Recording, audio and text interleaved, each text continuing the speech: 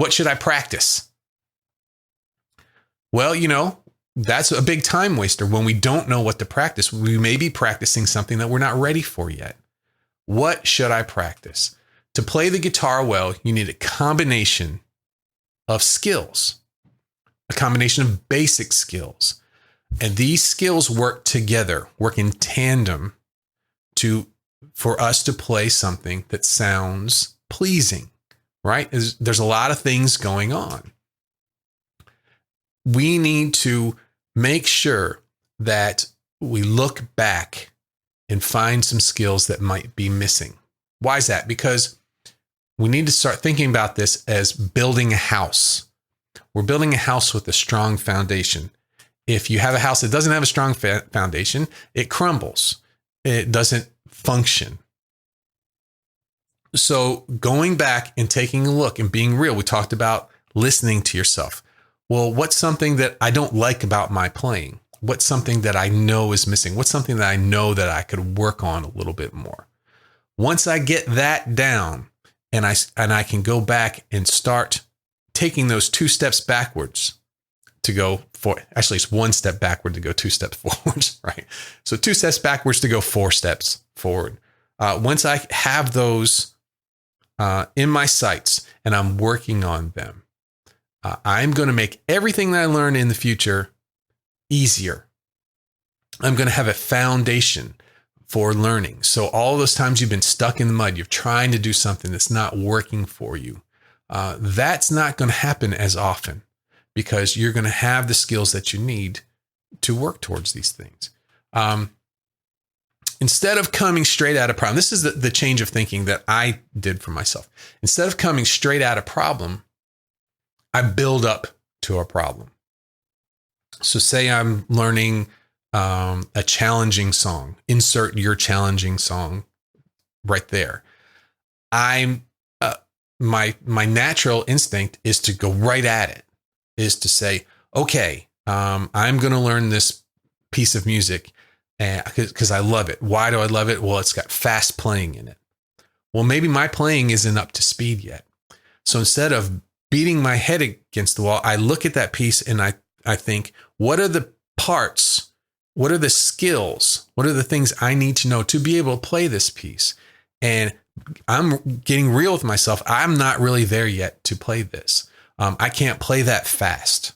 I can't take these chords that fast. I don't know what scales that I'm playing to be able to play these melodies. What am I going to do?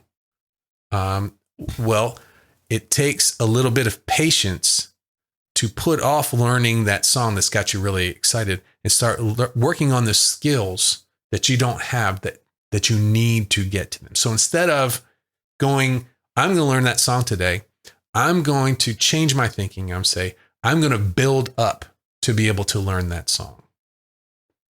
It's a little bit of delayed gratification, but it's very, very important.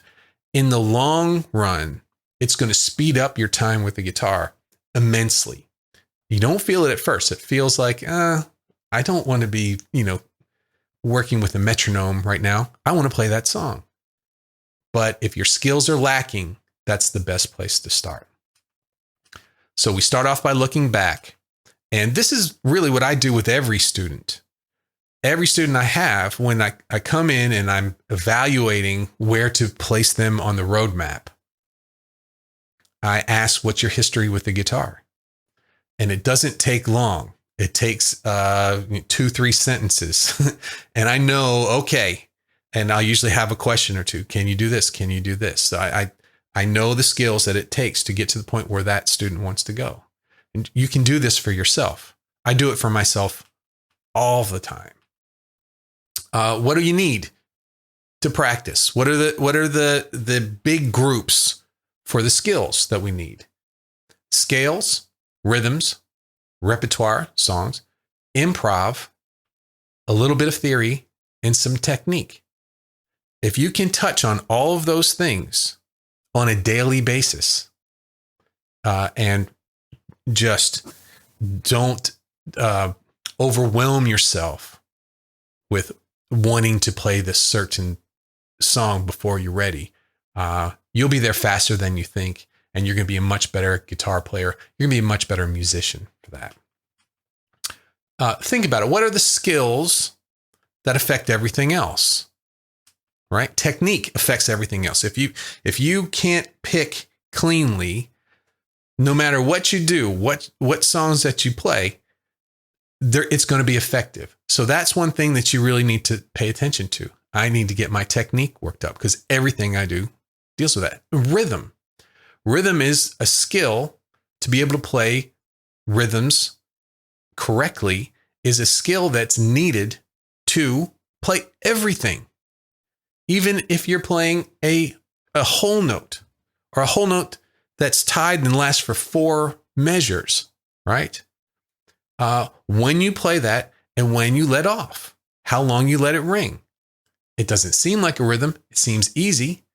Actually, it's not easy, especially if you don't have a click, right? So if you're playing along and you have to hold a chord for 4 measures and then play another one, usually when you come in for that other one, it's early because you're tired of waiting for that to come in. So rhythm, no matter where you are, no matter how complex, that is something that affects everything.